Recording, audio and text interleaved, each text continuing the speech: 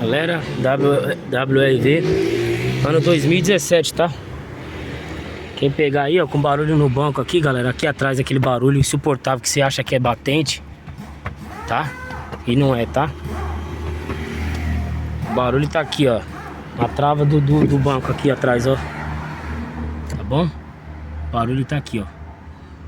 Aqui ele gasta aqui dentro a linguetinha da trava do banco. Lá dentro tem dois estágios. Do lado de trás é mais grosso, tá? Então pode ter a mangueira de PU. E na frente, como não tem como colocar a mangueira, que eu não tinha outra mangueira aqui, que tem que ser a mais fina, porque a trava da frente é mais... A primeira é mais fina, o gatilho, e a segunda é mais grossa. Colocou só um pedacinho de fita ali, ó.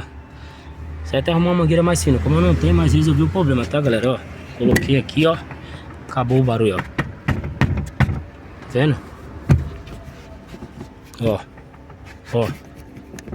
Aquele barulho chato que ficava aqui atrás. Acabou, tá, galera? Fica aquele batendo tudo aqui, ó. Barulho insuportável, viu?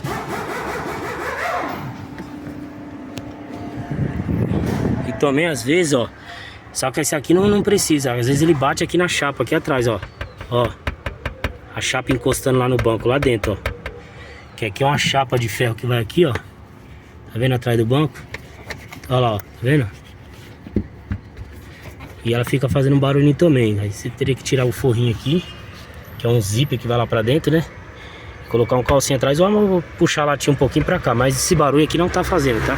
O problema todo é aqui, ó, na trava do banco. A diquinha básica pra vocês aí, mas achar que é amortecedor.